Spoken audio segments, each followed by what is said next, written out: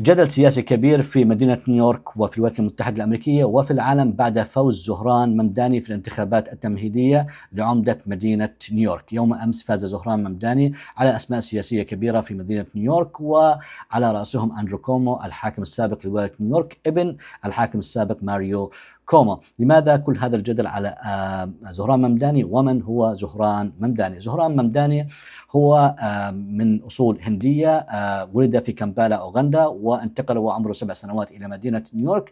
والده اسمه محمود ممداني، هو أكاديمي، ووالدته تعمل في مجال إنتاج الأفلام. وفي عام 2020 أصبح أسمبلمان، نائب عن مدينة نيويورك، عن مقاطعة كوينز.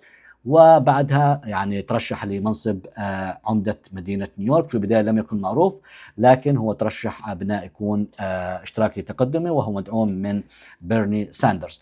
الآن الكامبين الخاص فيه كان يعتمد على جراس روت كامبينينج، اللي هي عبارة عن التمويل من الناس العاديين المواطنين، ولا يعتمد على المؤسسات الكبيرة خوفا من الضغط السياسي في المستقبل. إذا كانت هذه نقطة قوة في الحملة الانتخابية.